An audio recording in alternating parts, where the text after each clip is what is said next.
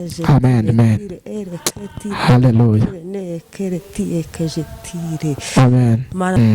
Ubutumwa yampaye kugeza ku bantu, Yego.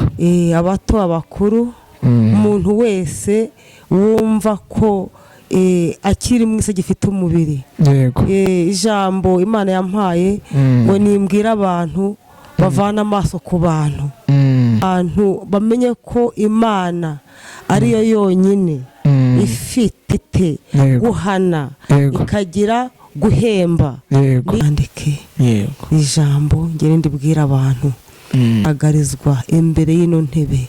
Ni twese, umuntu mushumba azahaca, umudiyakoni azahaca, umukristo azahaca, umuvuga buri wese azatinya guhinguka imbere, bazahinduka ubwoba gusa, n'ukwiyambura iyo myambaro mibi Yesu abambikiye y'ubukwe. Ibyo bintu ndamubuze igihe mbisengera mfite umubabaro mwinshi cyane, nkabwira abantu ngo kuki ntabwo Imana yarambwiye ngo nimbwira abantu ngo mwo gucirana imanza, mwo kuba umuhanuzi azabazwa ibye, abazwa impano y'ubuhanuzi yahawe. cya gihe uri hahandi ibyo bintu wavuze ni wari ubikubwiye.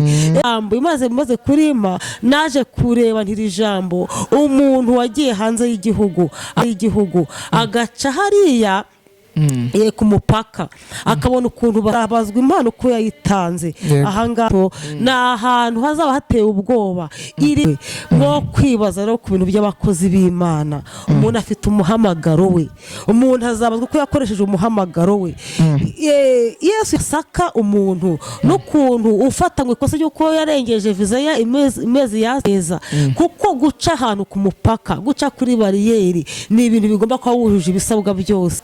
Imana nibiyambwiye kugeza ku bantu ngongera ibihe byo gusenga, niwumva ikintu kuri mwene so ubwo neza. Twese ngo guhera ubu ngubu ngo twe gucirana imanza. Haleluya. Icyo wahamagariwe ugenzure itaranto yawe, kugira igihe nikigera uko wabwirije ubutumwa neza uzabiherwa ingororano, uko wabuhanuye ugakoresha impano y'ubuhanuzi neza. Kuko Yesu turabasuhuje mwese mukurikiye channel yitwa Iramiro TV. Amahoro y'Imana abane namwe muhere ku mpera z'isi zitandukanye.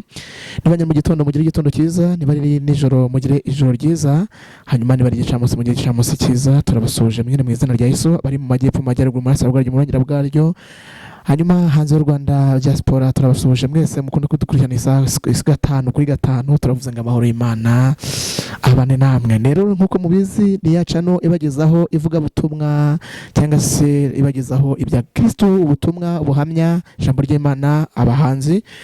Twavuze ko tutazatubicisha urungu. Uyu munsi nanone twongeye twanyarutse turagenda tujya kureba umubyeyi cyangwa se tujya gusoza umubyeyi. Reka dutange tumwakira avuge agace arimo, ahaherereye. Reka tumwakire. Muraho neza mubyeyi? Ndaho. Umeze ute? Ndashima Uwiteka. Ndabona amavuta y'Imana kuriho. Rero umunsi twanyarutse turabasura. Ahangaha ni mu kahe gace? Ahangaha ni mu murenge wa Rugarika, intara y'Amajyepfo. Intara y'Amajyepfo. Akoze cyane. Hano nk'umuntu ukubonye ari ubwa mbere kuri channel yitwa Iramiro TV, amazina ninde? Julienne Mukankubana. Yego. Umubyeyi? Ndi umubyeyi ufite umutwaro umwe. Yego. N'abana 7. Yego. N'abazukuru 6. Yego. Abakobwa 4 n'abahungu 2. Yego. Ukaba uri umukristo? Umukristo. Yego. Imana igumugisha. Imana yagiriye neza. Imana igumugisha. Ndumva ndashaka ko dutinda, ntashaka kubaza ibintu byinshi, ariko wenda buranza kubaza ubutahane nongeye kugusura. Reka dutangire tuguha akanya usenge, ubundi tugezeho ikimana yaba yagushyize ku mutima kugira ngo uzishurira esi, kuko ntago ari mu Rwanda gusa no hanze y'u Rwanda iki kigisho cyangwa ubutumwa ujye gutambutsa burahagera. Reka tuguha akanya usenge. Amen, amen. Hallelujah. Amen. Mana ndagushimiye. Amen. ushimiye ko uri umukozi w'umuhanga. Yego Yesu. Imana ishoboye byose. Haleluya. Imana iri hejuru ya byose. Yego. Imana idahinduka. Yego. Haleluya, haleluya. Amen. Shyirwa hejuru. Yego Yesu. Uri umukozi w'umuhanga, urabufana wumerega. Yego Yesu. Tangiro n'iherezo. Yego. Wakonje nawe nuzaguheruka. Haleluya. Data, tugiye guhugurwa n'ijambo ryawe. Yego. Ijambo ryawe ni ukuri. Yego. Ijambo ryawe ni bwo bugingo. Yego. Ijambo ryawe ni inzira. Yego. Haleluya, haleluya. Amina. Ijambo ryawe Hela siratoras. niryo ryaremye isi. Yego. Turagushimiye. Yego. Haleluya. Amen. Yaririmbye ati ijambo ryawe Yego. ni inkota ityaya mugi yombi. Yego. Naho amagambo yandi yo ni ibitekerezo ibyo birasanzwe. Yego. Haleluya. Amen. Tugiye kumva ijambo ryawe rero. Yego Yesu. Ngwino rihekeje umwuka wawe wera kandi rihindura imitima ya benshi. Zala protitazo nestasefone dra. Kandi ijambo ryawe ni indorerwamo umuntu kwari kuko Yakobo yaravuze ati wumva iyo jambo ntakwebye iryo jambo. Ameze nk'umuntu wirebera mu ndorerwamo yakujya yakibagirwa uko yasaga. Ngwino ubane natwe mwuno mwanya rero, imitima yose igiye kumvira ijambo igira aho ikurana birishyitsa. Urakoze urakarama Uwiteka. Amen. Hanyuma mwatugezaho ijambo Imana bashyize ku mutima. Ni karibu, murakoze.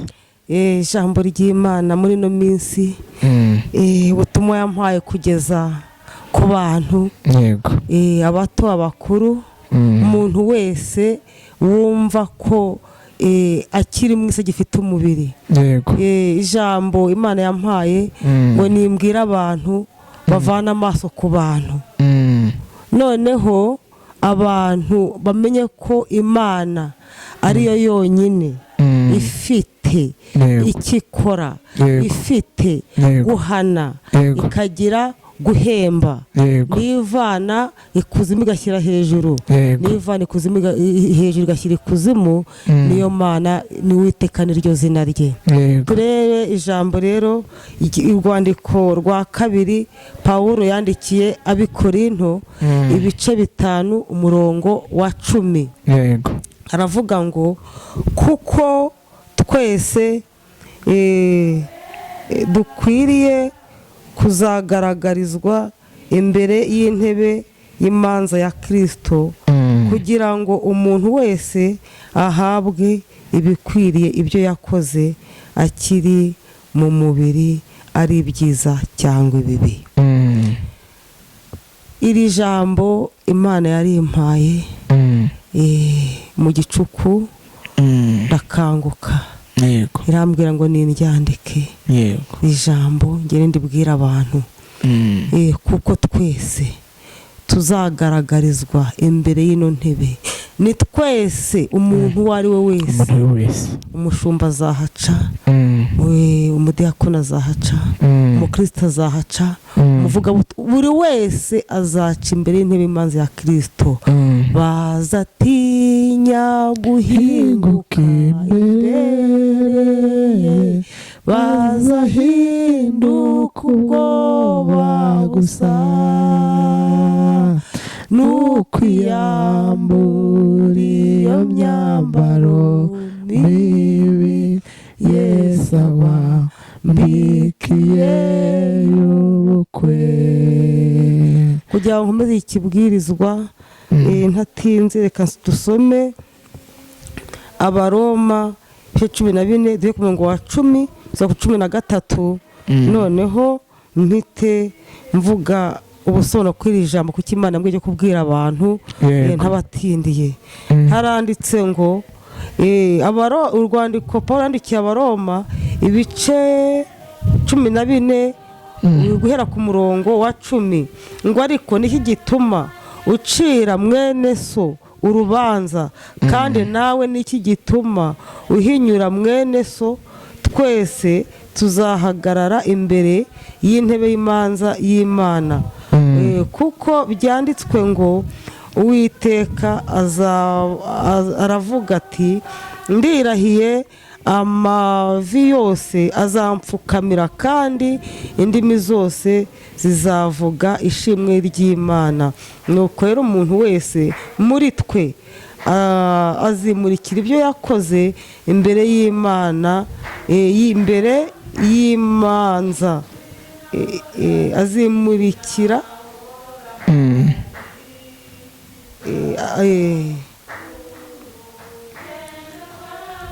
uhereye none twe gucirana imanza mu mitima, ahubwo tugambirire iki ko umuntu adashyira igisitaza cyangwa ikigusha imbere ya mwene se.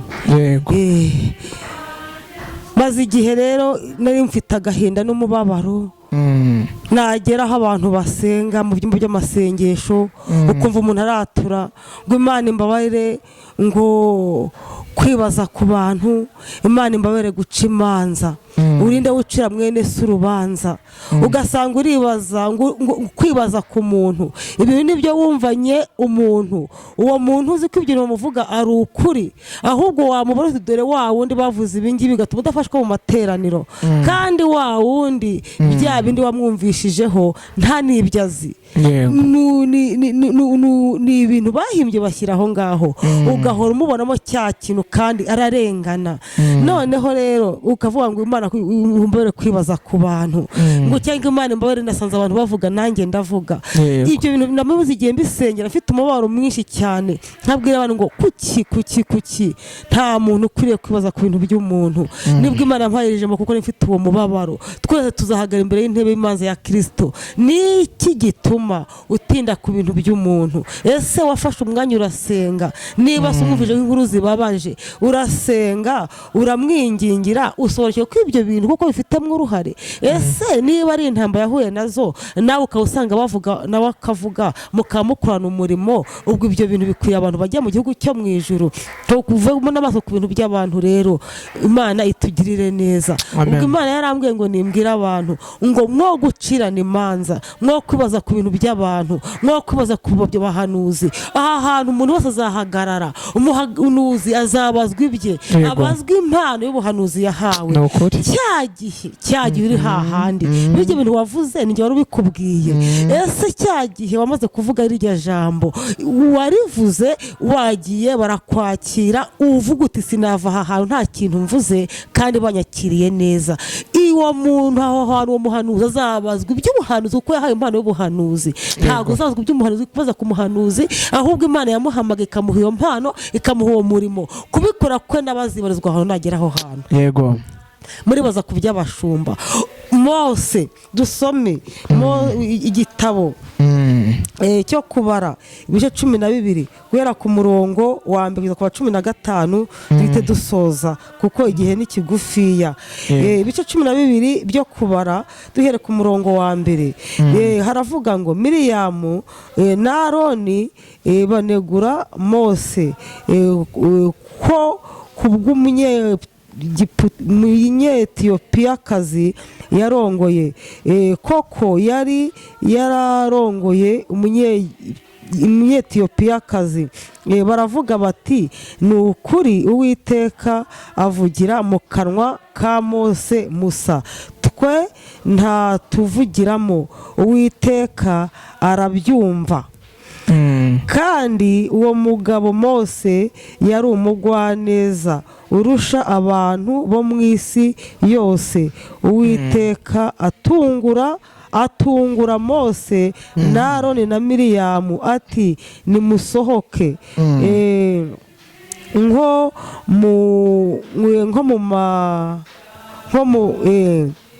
nimusohoke muri aba bantu, muze ku ihema ry'ibonaniro. Barasohoka uko ari batatu. Uwiteka amanukira mu nkingi y'igicu, ahagarara mu muryango w'ihema ryera, ahamagara Aroni na Miriyamu, bombi baraza. Arababwira ati nimwumve amagambo yanjye, niba muri mwe hazabamo umuhanuzi haleluya haleluya. Amen. Tumaze gusoma ijambo rero ry'ukuntu Miriyamu na Aroni biherereye bakanegurira Mose mu rwiherero, ariko Uwiteka akabyumva. Yamara kubyumva Mose we ntago yari abizi ko aba bavandimwe bamuneguye. Noneho Mose Uwiteka atungura Mose ati wowe na Miriyamu na Aroni nimuze mu ihema. Baragenda bagezeyo, Mose nawe atungurwa no kuba Imana ihishuye ibyo akabimenyera aho ngaho. Uwiteka abaza Mose na Miriyamu na Aroni ngo mwebwe niba wowe Miriyamu nawe Aroni naho muri mwe hava nk'umuhanuzi, nzamwiyerekera mu iyerekwa, mvuganire nawe mu nzozi, ariko umugaragu wanjye Mose wese ko biri. Haleluya. Kuko Mose yahamagawe n'Imana. Abangaba ntago bari bazi yuko aho Mose yahamagariwe nko kwibaza rero ku bintu by'abakozi b'Imana. Umuntu afite umuhamagaro we, umuntu azabazwa ko yakoresheje umuhamagaro we. Yesu yaciye umugani y'abagaragu bahawe itaranto, umwe 5 ne 2, undi umwe ngo ajye kwigenza. Wahawe 5 yabajijwe ibyo yahawe, umuntu azabazwa impano ko yayitanze. Ahangaha tuzanyura imbere y'intebe imanza ya Kristo, na ahantu hazaba hateye ubwoba. Iri jambo imaze kurima, naje kureba ntiri jambo umuntu wagiye hanze y'igihugu agaca hariya ku mupaka, akabona ukuntu basaka umuntu, n'ukuntu ufatanywe ikosa ryo ko yarengeje viza ya imezi yatse yarenze, yabyumva neza. Kuko guca ahantu ku mupaka, guca kuri bariyeri ni ibintu bigomba kuba wujuje ibisabwa byose. Urumva we mwene data utinze ku bintu by'abahanuzi, ugatinda ku bintu by'abashumba, ugatinda kuri bene so, ukabuheza aho ngaho, ukaba wicara ubibazaho, ukabuheze mu icyo cyiciro, ukaba wicara uca imanza ku bantu. Urumva aha hantu wowe ahantu uzahanyura ute? Haleluya haleluya. Muvana amaso ku bintu by'abantu, ahubwo we n'umutima uvuga uti ngewe Mana urambona ute? Niba ubonye mwene so yayobye, haleluya, ijambo tubwira ngo niba umuntu umwe muri mwebwe ayobye ngo abe umwuka, umugaruza ubugwaneza. Haleluya haleluya. Amen. Umugaruza ubugwaneza. Yesu abwira abantu ati dore uko itorero rikwiriye kugenza umuntu wananiranye, mwene so naguhemukira, muze mumenyeshe icyaha cye. Nakunanira uzane mumenyeshe undi, nakunanira noneho umuhitorero. Ni ibyanga abe umunyamahanga kuri wowe. Ugasanga umuntu ntazi n'icyo mupfa, murahura ntumusuhuze, kandi nta n'ikitegezo umusanga gute mwene data ibyo numvishije wamvuze nibyo. Ugasanga uribaza ku bintu kandi ibintu ni umuntu wabateranyije, ukabona umuntu kumva niwe, ahubwo mumaze munye uwo mu Rwanda ko ari Satani. Ahubwo mufata igihe cyo gusenga, mufata igihe cyo kongera gukundana. Usange mwe uvuga uti mwene data numvishe bakumvugaho ibi ngibi, cyangwa kuvugaho ibi ngibi bimeze bite, bakuvugaho nibyo. Ntiwasanze mwene so ngo muganirize, umubaze izo ntambara, mubaze ibyo bintu avugwaho. Nasanga ari byo umusengere, nasanga atari byo umufashe gusenga. Uyo iki gihe arimo azakiruhuke naho atahaguye.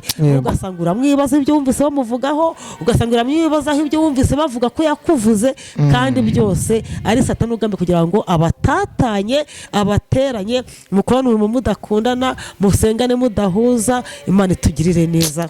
Iri jambo rero ndashoje. Imana nibiyambwiye byo kugeza ku bantu. Imana itugirire neza. Mwongere ibihe byo gusenga. Nuwumva ikintu kuri mwene so, ubwo wabonye ikiraka cyo kumusengera no kumwingingira, Imana itugirire neza. Twese wo guhera ubu ngubu ngo twe gucirana imanza. Haleluya. Ijambo ry'Imana ryarambwiye ngo nuko ngo nimwemerane nkuko nawe Kristo yabemeye. Twemerane, dukora umurimo dukundanye. Umenye umurimo icyo wahamagariwe. Haleluya. Umenye icyo wahamagariwe, ugenzure itaranto yawe kugira igihe nikigera uzamurika imbere y'intebe y'imanza ya Kristo witurwa ibyo wakoze ukiri mu isi ukiri muri uno ari ibyiza cyangwa ibibi. Ibyo wakoze byiza, uko wabwirije ubutumwa neza uzabiherwa ingororano, uko wabuhanuye ugakoresha impano y'ubuhanuzi neza, kuko impano iberaho kungura itorero. Haleluya. Iberaho kungura itorero, iberaho kugira ngo igire yungura abantu. Imana itugire neza, twayikoresheje neza, nugera ahangaha imbere y'intebe y'imanza ya Kristo uzagororerwa. Imana itugire neza. Rero ndashoje, amazina yanjye ni yayandi, reka ndayize senga Imana. Ariko bene data bageze mu gihugu cyo mu ijuru, muvana amaso ku bantu, mwe gucana imanza mu mitima yanyu, mwongere urukundo, mwongere musengerane, mwongere musabirane. Haleluya, haleluya. Abadiyakoni, abarimu, abashumba, abapasiteri, haleluya. Umuririmbyi yaririmbye ati niki gihesha ubugingo buhoraho, ngo mbese ukumenya Yesu wacu udukunda, ngo twe twarazimiye nk'intama, ngo nuko Yesu baradushakashaka atubonye ubwo atwinjije ubwo mu rugo rwe. Imana tugire neza. Miriyamu na Aroni ikintu bahaniwe nuko banaguye umukozi w'Imana. Haleluya. Baramuneguye, kandi umuntu wese uko yahamagawe aguma uko yaragihamagarwa. Bene data bibaze kumuhamagara w'umuntu, kuko Yesu niwe waduhurije mu rugo rwe atugabira umurimo. Bamwe baha ubudiyakoni, abandi abaha kuba abashumba, abandi abahamagara umurimo w'uburirimbyi. Buri wese yamuhamagaye ngo twahamagaye gukorera Imana. Imana itugirire neza. Rero urakoze Mana yacu, urakoze kuri umukozi w'umuhanga. Imana idukunda. Haleluya. Petero yaravuze ati nyamara buya dufite ijambo ryahanuwe rirusha ayandi yose gukomera, muzaba mugize neza nimuryizera. Ati kuko iryo jambo rimeze nk'inyenyeri imurika hacuze umwijima, rikageza mu ruturuturo aho inyenyeri z'abandi mu mitima yanyu. Kandi mubanze mumenye iki ngiki. Haleluya. Ko nta jambo ryo mu byahanuwe. Haleluya. Umuntu asobanura uko yishakiye, ngo kuko abanditse ubuhanuzi bari bashoboye n'umwuka wera. Turagushimiye kubw'ijambo ryawe. Rero ijambo ryohekeje umwuka wawe wera. Haleluya. Haleluya, haleluya. Ijambo ryawe rihindura imitima y'abantu, bongere bakundane, bo gucirana imanza, bongere basengerane, umurimo ati ngende umukristo, ati ndi umutabazi, ati mu ntambara ndasana n'ibyaha, ati mfite umugaba n'umwami Yesu, ati nituba kumwe nzahora neza.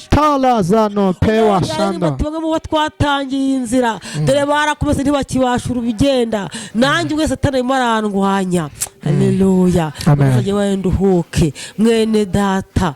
Haleluya. Ubanza umenye ibingibi yuko uhiga mwene so ari wo uguhiga, niba arasiwe ku rugamba. Haleluya. Nawe ahuguye wahagwa. Urakoze Mana data. Rero ongeramwe abantu bawe imbaraga, wongere usukubyitse mu mitima y'abantu, no gukunda no gusengera, wongere uhembure gusengera ubu byutse. Haleluya. Ongera ugenderere data itorero, wongere uhembure itorero, wongere usuku ububyutse, wongere ubyutse abaguye. Haleluya. Uwiteka wadereho hariho abaguye, ndetse bishyiraho ibimenyetso by'uko baguye. Hariho n'abaguye mu mitima yabo, ndetse bitagaka wowe Uwiteka urabireba. Umuririmbyi ati urandinde mwami Yesu, niranirwa urugendo uzanyibutsa urukundo, wongere wibutsa abantu bawe urukundo, wongere wagure data umurimo wawe ushyigikire. Urakoze Mana data. Rero wongere usuka umwuka mu mitima y'abantu bawe, n'isezerano ryacu n'abana bacu. Umwuka wera yageze ibintu birahinduka, umwuka wageze abantu mwami barahishurirwa, abantu ntabwo babe ibyigenge. Muri murakoreka neza. Sengeye abahanuzi, sengeye abavuga butumwa, sengeye abohamagara umurimo wose wawe wose data. Yakoze murengezi wa Rwanda yakubona kuri nimero